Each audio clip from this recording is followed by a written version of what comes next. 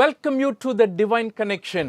Divine connection इस programme में हम आपका स्वागत करते हैं। A 30-minute program in which we speak from God's Word so that our lives can be enriched and we can live better. ये 30 minute का प्रोग्राम है जिसके द्वारा हम परमेश्वर के वचन में से देखते हैं ताकि हमारा जीवन बेहतर हो जाए और हम अच्छा जीवन जी सके। Before I go any further, I would like to wish you all a happy Independence Day. आगे बढ़ने के पहले मैं सबसे पहले आपको स्वतंत्र दिन मुबारक हो ये कहता हूँ। I mean, for all those who live in India and for all the Indians, this day is a very, very special day. मतलब वो सारे लोग जो भारत में रहते हैं और हर एक भारतीय के लिए ये दिन बहुत ही विशेष दिन होता है। We have received freedom from the British and we are celebrating it every year because of the value it holds for us. British साम्राज्य से स्वतंत्र होने के कारण हम इसे मनाते हैं और ये हमारे लिए बहुत ही अनमोल दिन होता है। Now the theme for this particular Independence year, that is 78th Independence Day, is Viksit Bharat. इस समय हम 78वां स्वतंत्रता दिन मना रहे हैं और इस दिन के लिए हमने शीर्षक रखा है विकसित Bharat. It means developed India. इसका मतलब डेवलप्ड इंडिया यानी विकसित Bharat. It means we will not be dependent on other nations for our existence. इसका मतलब हमारे अस्तित्व के लिए हम कभी भी किसी दूसरे देश के ऊपर में आधारित नहीं रहेंगे।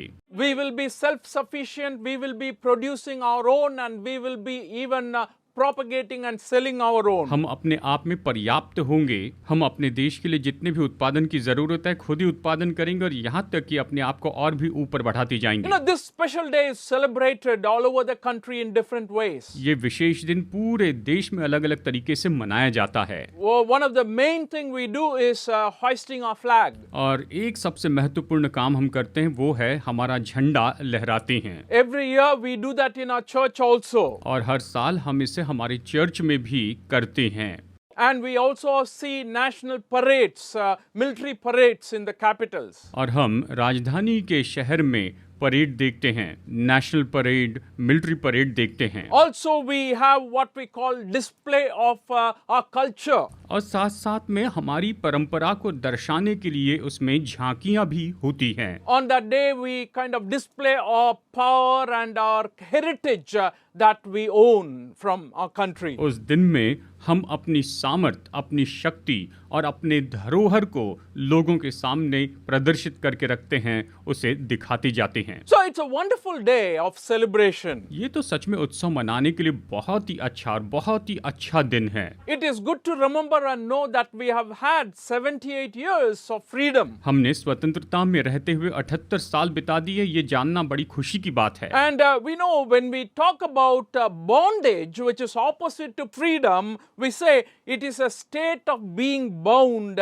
usually by compulsion. जब हम स्वतंत्रता का विरोधी शब्द देखते हैं जो कि बंधन है या गुलामी है, और खास करके ये तो जोर जबरदस्ती की जाती है। Subjugating or controlling a person by force is the idea of bondage. देखिए, बलपूर्वक किसी व्यक्ति को या किसी जगह को वहां पर अपने वश में ले लेना ये गुलामी को दर्शाता है। In the Bible, there is a lot of examples about people in bondage. Bible में ऐसे बंधन में पड़े हुए लोगों के, गुलामी में पड़े हुए लोगों के बहुत से उदाहरण दिए हैं। Many a times in the history of Israel, they have gone into bondage, slavery. Israel के इतिहास में भी हम देख सकते हैं कि कई बार वो तो बंधन में चले गए, वो बंधवाई में, गुलामी में चले गए। The famous one is from what we call as the Egyptian bondage. और इसमें जो सबसे विख्यात है वो तो मिस्र की गुलामी कहते हैं। Israelites were slaves in Egypt for many years. कई साल तक जो इस्राएली लोग थे वो तो मिस्र में गुलामी में पड़े हुए थे। But generally speaking, nobody would want to be a slave. Nobody would want to be in bondage. सामान्य रूप में कहा जाए तो कोई भी गुलामी में रहना नहीं चाहेगा, कोई भी इस तरह की बंधवाई में रहना नहीं चाहेगा। Whether it is human beings or even animals for that matter, I can say honestly that none of the animals or even human beings would like to be under bondage. और यहाँ तक कि मैं कहूँगा कि केवल मनुष्य ही नहीं, लेकिन जानवर भी किसी तरह से कोई भी बंधन में रहना नहीं चाहता, कोई बंधन में नहीं रहना चाहता। But the Israelites were in bondage. Bible talks about that. लेकिन बाइबल इसके बारे में स्पष्ट बताती है कि इस्राएली लोग जो थे वो तो उस समय गुलामी में थे। Exodus chapter 1 verses 6 to 14 we read like this. निर्गमन अध्याय 1 वचन 6 से 14 में हम इस तरह से पढ़ते हैं। We're not going to read the entire passage, but I want to explain to you what is there in it. हम इस पूरे वचन भाग को तो नहीं पढ़ेंगे, लेकिन इसे मैं आपको सारांश में बताना चाहता हूँ। The book of Genesis ends when the Israelites were in Egypt, along with Joseph's father Jacob, they all settled down in Egypt. उत्पत्ति की किताब का अंत इस तरह से होता है कि यूसुफ के पिता यानी याकूब जो है अपने सभी बच्चों के साथ सारे इस्राएली लोग वहां पर मिस्र में जाकर स्थापित हो जाते हैं। And after that they began to grow and multiply in Egypt. और फिर उसके बाद में वो मिस्र में इस तरह से बढ़ते चले गए और वहां पर वो बहुगुणित होते चले गए। Pharaoh, who knew Joseph, was very favorable to Joseph and his family. फिरौन जो कि यूसुफ को जानता था, उसने यूसुफ और उसके परिवार के ऊपर में बहुत कृपा की थी। But after 3-4 generations has gone by, we have a Pharaoh who did not know what Joseph has done. लेकिन 3-4 पीढ़ी बीतने के बाद में ऐसा फिरौन आया जो यूसुफ के कामों को नहीं जानता था। And he looked upon the Israelites as a threat to himself and his throne. और उसने इस्राएलियों को इस तरह से देखा कि इस्राएली लोग उसके लिए और उसके सिंहासन के लिए मानो दहशत बन बैठे हैं। He instigated the Egyptian in charge to make them as slaves. और उसने जो मिस्री अधिकारी थे उनको इस तरह से आज्ञा दी कि वो सारे इस्राएलियों को अपने गुलाम बना ले। To build their architecture, to build their palaces and buildings. कि उनके बिल्डिंग को, उनके इमारतों को और उनके राजमहल को वो इनसे बनवा कर ले, इनसे मजदूरी करवाएं। So Israelites were made as slaves to work and to make bricks, and it was a very, very toilsome labor that they were doing. तो इस्राएलियों को वहां पर काम करने लगा दिया गया कि वो ईंटें बनाएं, और ये काम तो उनके लिए बहुत ही ज्यादा पीड़ादायी था। And they were crying out to God. और उस दर्द के मारे वो परमेश्वर को पुकारने लग गए। They did not like the condition or situation they were in. वो जिस परिस्थिति में थे उस परिस्थिति को उन्होंने पसंद नहीं किया। And it was so bad that the people felt very sad about their context. और ये तो इतना बुरा था कि लोगों ने अपने संदर्भ में इसके बारे में बहुत बुरा महसूस किया। Dear friends, nobody likes to be slaves. मेरे प्यारे दोस्तों, कोई भी गुलाम बनना नहीं चाहता है। What does slavery do to us? ये गुलामी हमारे लिए क्या करती है? Slavery makes people to feel powerless. गुलामी लोगों को अपने आप को सामर्थहीन महसूस करने लगाती है। It's like somebody over me is overpowering me without my will. यानी कोई जो मेरे ऊपर है वो मेरी मर्जी के बिना मेरे ऊपर में अधिकार करते जा रहा है। And it makes me feel angry. और इसके कारण मुझे क्रोध आता है। And it makes me also feel bitter. और इसके कारण मुझे कड़वाहट महसूस होती Oh, है। it's a terrible life that the Israelites were going through. और इस्राएली लोग वहां पर इस तरह का भयानक जीवन जी रहे थे। They were powerless, angry and bitter. That is what these verses say to us. वो सामर्थहीन थे, कड़वे थे, और ये वचन हमें इसी तरह से यहाँ पर बताता है। And it was at that time God sent a prophet, a man of God, to deliver the people of Israel. और उस समय परमेश्वर ने अपने भविष्यवक्ता को भेजा जो परमेश्वर का जन था, ताकि वो इस्राएली लोगों को छुटकारा दे। And he was able to lead the people out of Egypt from the land of slavery. और वो मिस्र से यानी गुलामी के देश से इस्राएलियों को बाहर लेकर गया। People were very happy then. और तब लोग तो बहुत ही खुश हो गए। And they knew that nobody is there to control them anymore. और वो जान गए कि अब उनके ऊपर नियंत्रण करने वाला कोई भी व्यक्ति नहीं है। My dear friends, I want to tell you, in our life today, however, we have a lot of things controlling us, even though we claim to have had freedom from the British. मेरे प्यारे दोस्तों, आज हमारे जीवन में ऐसी बहुत सी बातें हैं जो हमारे ऊपर नियंत्रण करती है, हालांकि हमने ब्रिटिश से आजादी तो पाई है। There are many different things. I want you to think about what is holding you today? What is controlling you today? बहुत सी ऐसी बातें हैं, मैं चाहता हूं आप इसके बारे में सोचिए, कौन सी बातें आपको दबा कर रखती है, कौन सी बातें आप पर नियंत्रण करती हैं। You know, the sad thing in our country is almost a lot of people, 14.6% of the entire population is controlled by the alcohol who are between ages 10 and 75. सबसे दुख की बात है कि हमारी जनसंख्या में से 14.6% ऐसे लोग हैं जो कि 10 साल की उम्र से 75 साल की उम्र के बीच के हैं और वो पूरी तरह से शराब के आदी हो चुके हैं। शराब उनके ऊपर में नियंत्रण करती है। What a sad situation, the controlling elements that are there around us. कितनी दयनीय परिस्थिति है कि हम पर नियंत्रण करने वाली ये बातें हमारे आसपास हैं। And it's growing at an alarming rate today. और ये तो खतरे की घंटी के रूप में रफ्तार से बढ़ते जा रहे हैं।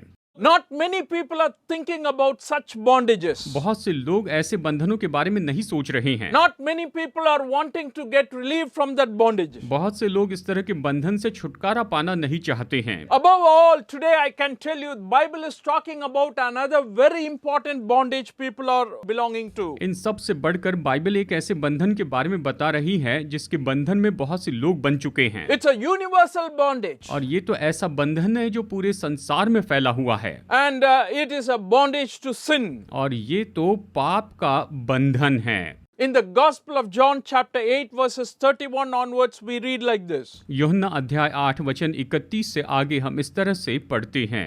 Jesus was talking to a group of people. The Jews were around him. यीशु अपने आसपास के लोगों से यानी यहूदियों के एक समूह से बात कर रहे थे। And there we read, to the Jews who had believed him, Jesus said, if you hold on to my teaching, you are really my disciples. Then you will know the truth and the truth will set you free. तब यीशु ने उन यहूदियों से जिन्होंने उस पर विश्वास किया था कहा, यदि तुम मेरे वचन में बने रहोगे तो सचमुच मेरे चेले ठहरोगे, तुम सत्य को जानोगे और सत्य तुम्हें स्वतंत्र करेगा। They answered him, we are Abraham's descendants and never have been slaves to anyone. How can you say that we shall be set free? वचन 33 आइए आगे पढ़ते हैं। उन्होंने उसको उत्तर दिया, हम तो अब्राम के वंश से हैं और कभी किसी के दास नहीं हुए, फिर तू कैसे कहता है कि तुम स्वतंत्र हो जाओगे? Jesus replied, very truly I tell you, everyone who sins is a slave to sin. Now a slave has no permanent place in the family, but a son belongs to it forever. So if the son sets you free, you will be free indeed. वचन 34, 35 और 36 आइए यहाँ पर एक साथ हम पढ़ते हैं। यीशु ने उनको उत्तर दिया, मैं तुमसे सच सच कहता हूँ कि जो कोई पाप करता है वो पाप का दास है। दास सदा घर में नहीं रहता, पुत्र सदा रहता है। इसलिए यदि पुत्र तुम्हें स्वतंत्र करेगा तो सचमुच तुम स्वतंत्र हो जाओगे। I am sure and I can understand the same condition the Jews were in the first century when they were talking to Jesus. That is the condition people are in India, people are in the world today, not knowing that they are in bondage. देखिए, मैं इस बात को निश्चित जानता हूँ कि भारत देश के लोग और पूरे संसार के जितने भी मानव जाति हैं वो इस तरह से पाप के बंधन में पड़े हुए हैं और वो नहीं जानते हैं कि वो किसी तरह के बंधन में पड़े हुए हैं, इससे अनजाने हैं। Because they were asking Jesus, they were questioning Jesus, how can you say you will set us free? When were we actually slaves? We were never slaves to anyone. क्योंकि वो तो यीशु से ये पूछ रहे थे कि तू कैसे कह सकता है कि हम स्वतंत्र हो जाएंगे, क्योंकि हम तो कभी गुलाम बने ही नहीं थे। But Jesus said, you need freedom. लेकिन यीशु ने कहा, तुम्हें स्वतंत्रता की जरूरत है। My dear friends, today I want to tell you, we need freedom. मेरे दोस्तों, मैं आपको बताना चाहता हूँ कि हमें स्वतंत्रता की जरूरत है। We are free from the British slavery. हम तो ब्रिटिश की गुलामी से आजाद हो चुके हैं, हम स्वतंत्र हो गए हैं। But we still need freedom. लेकिन फिर भी हमें स्वतंत्रता की जरूरत है। That is the freedom Jesus is talking about here. और यहाँ पर यीशु उसी स्वतंत्रता के बारे में कह रहे हैं। Jesus kind of promised to those people who followed him, who believed in him, that he can set them free. How they can set them free? Verses 31 onwards we read in John's chapter, Gospel 8th chapter, to the Jews who believed him, Jesus said, if you hold to my teachings, you are really my disciples, then you will know the truth and the truth will set you जो free. यीशु के पीछे चलते थे, यीशु ने उनसे प्रतिज्ञा की कि वो उन्हें स्वतंत्र कर सकते हैं। कैसे स्वतंत्र कर सकते हैं? यूहन्ना 8:31। तब यीशु ने उन यहूदियों से जिन्होंने उस पर विश्वास किया था कहा, यदि तुम मेरे वचन में बने रहोगे तो सचमुच मेरे चेले ठहरोगे, तुम सत्य को जानेगे और सत्य तुम्हें स्वतंत्र करेगा। So what he's saying is, when you follow me, when you believe in me, the freedom you experience is going to be real and genuine. वो यहाँ पर यही कह रहे हैं, जब तुम मेरे पीछे चलोगे, जब तुम मुझ पर विश्वास करोगे, तो जिस स्वतंत्रता का तुम अनुभव करोगे वो तो असली स्वतंत्रता होगी। What did he free us from? वो हमें किन बातों से स्वतंत्र करते हैं? First of all, Bible very clearly says one of the freedom and very important freedom that the whole mankind needed was the freedom from sin and the effects of sin, and that can only be offered by Jesus Christ. सबसे पहले मनुष्य को जिससे स्वतंत्रता चाहिए वो तो पाप और पाप के परिणामों से स्वतंत्रता चाहिए, और ये तो केवल प्रभु यीशु मसीह ही हमें दे सकते हैं।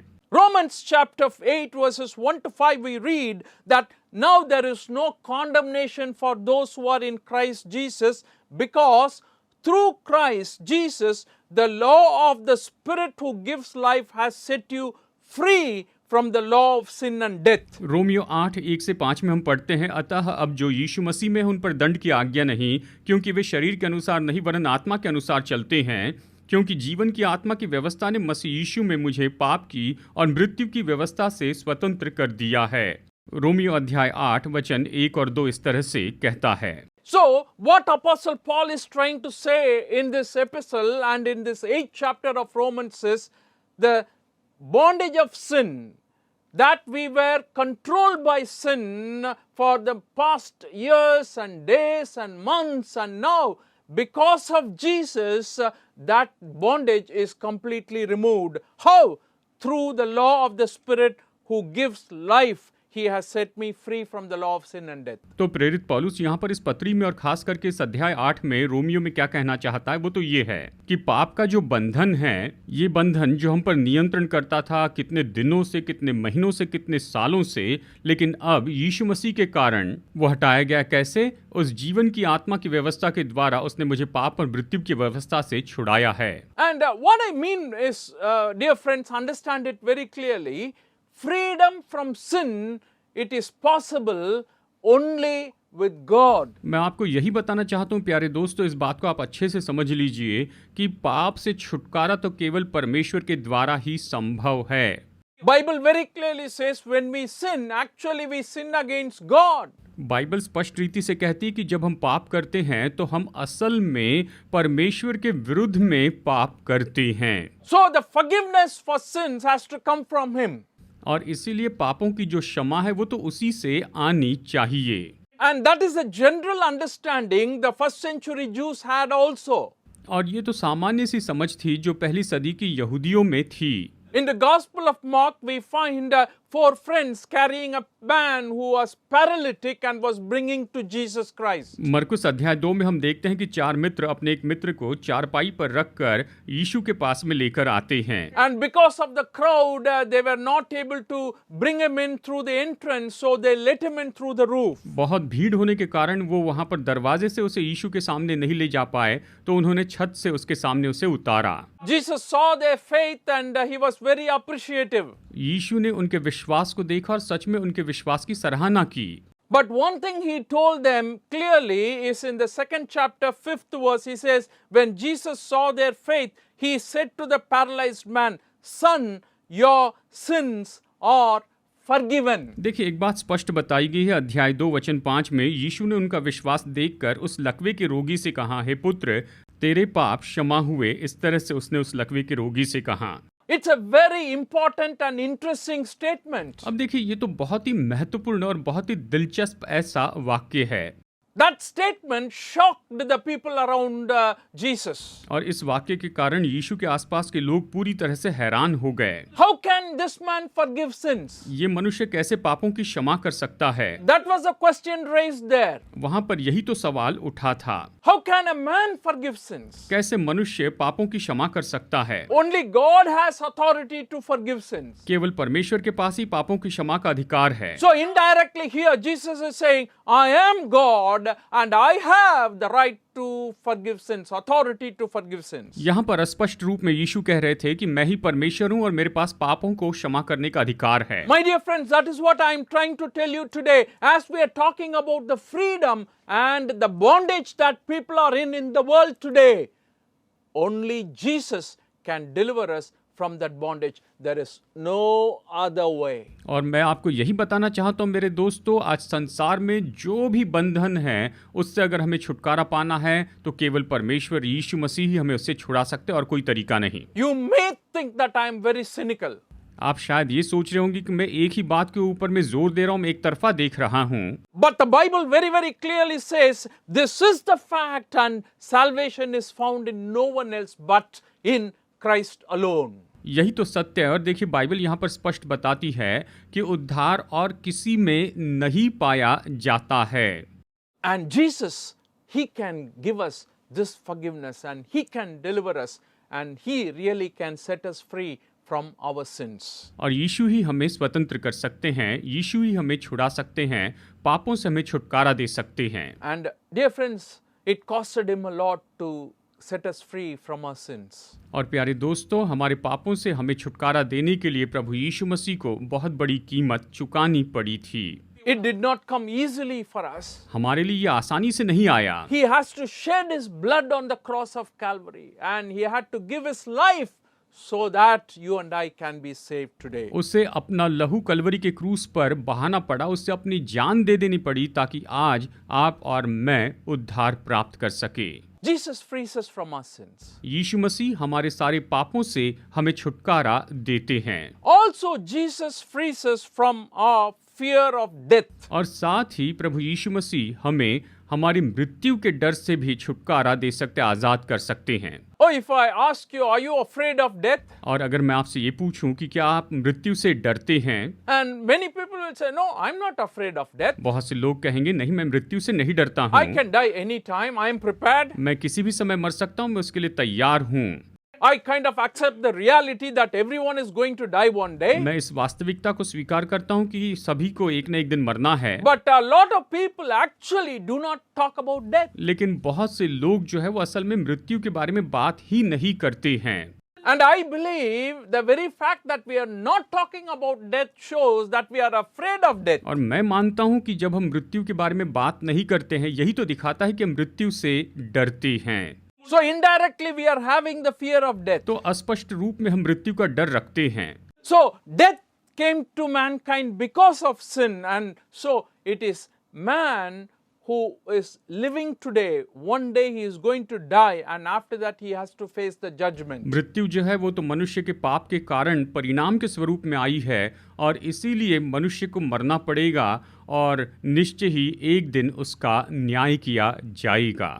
In the book of Hebrews chapter 2 verses 14 and 15. इब्रानियों अध्याय 2 वचन 14 और 15 ये कहता है, Since the children have flesh and blood, he too shared in their humanity, so that by his death he might break the power of him who holds the power of death, that is the devil, and free those who all their lives were held in slavery by their fear of death.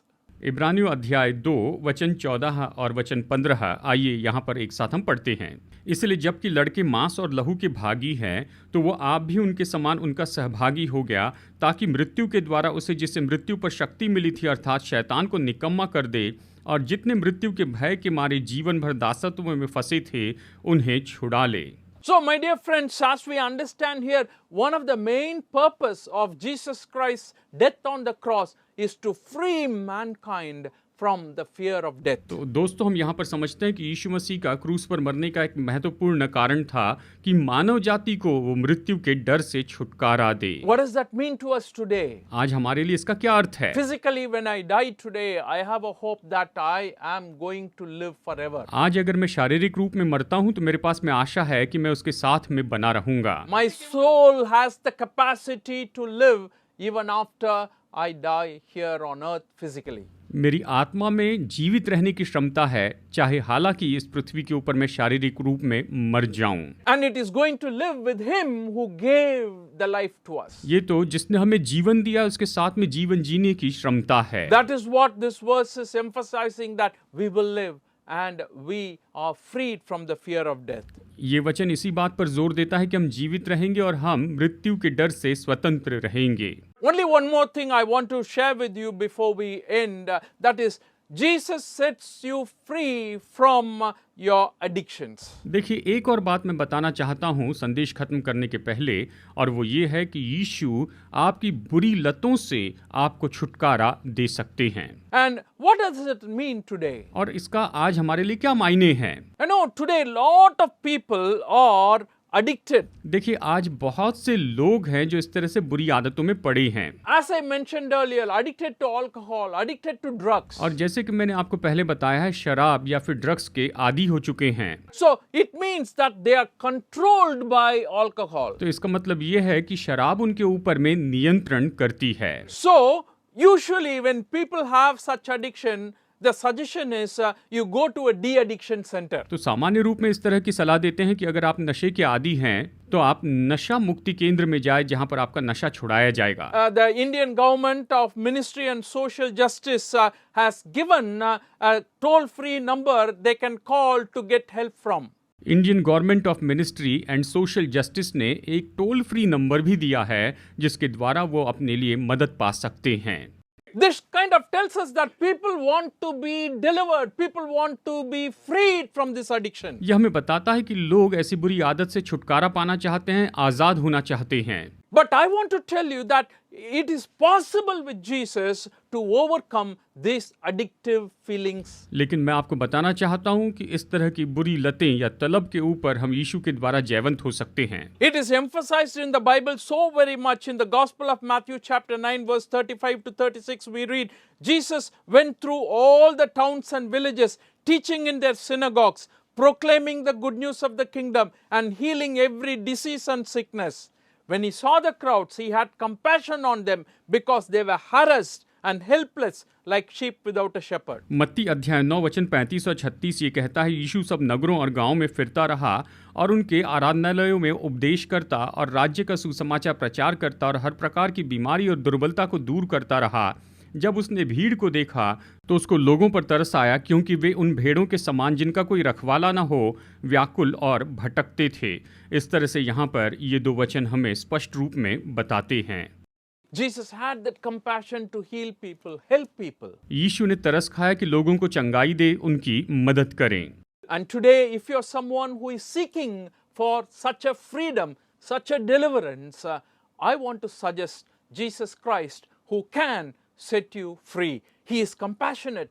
He is merciful. Above all, he said, "Come to me, all who are weary and burdened, and I will give you rest." अगर आप नशे के आदी हो चुके हैं तो निश्चय यीशु के पास आए। यीशु आप पर तरस खाएंगे, यीशु आपको इससे छुड़ाएंगे। यीशु ने कहा है, बोझ से दबे लोगों मेरे पास आओ, मैं तुम्हें विश्राम दूंगा। Faith in Christ has the transformative power. यीशु मसीह में जब हम विश्वास करेंगे तो वो हमारी जिंदगी को बदलने की सामर्थ रखता है, To change us, कि हमें बदल दे, to free us. कि हमें स्वतंत्र करें। And there are some things only Christ alone can do for us. और ऐसी कुछ बातें हैं जो केवल मसीह यीशु हमारे लिए कर सकते हैं। And that's why I recommend Jesus to you. और इसीलिए मैं यीशु के बारे में आपको सलाह देता हूँ। Shall we pray? आइए प्रार्थना करते हैं। Father God, we pray for our audience this evening. पिता परमेश्वर, आज शाम हम अपने सारे दर्शकों के लिए प्रार्थना करते हैं। Lord, bless them and help them to be freed from whatever is controlling them. पिता, इन पर जो भी नियंत्रण कर रहा है इन सब से इन्हें स्वतंत्र कीजिए और आशीष We दीजिए। believe that it is possible only through you. हम विश्वास करते हैं ये केवल आपके द्वारा संभव है, Because that's what your word says. क्योंकि आपका वचन यही तो कहता है। Bless them abundantly. इन्हें बहुतायत से आशीष दीजिए। In Jesus' name we pray.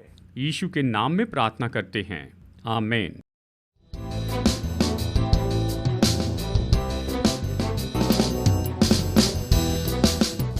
Study the Word of God in a private and personal way through our online study website.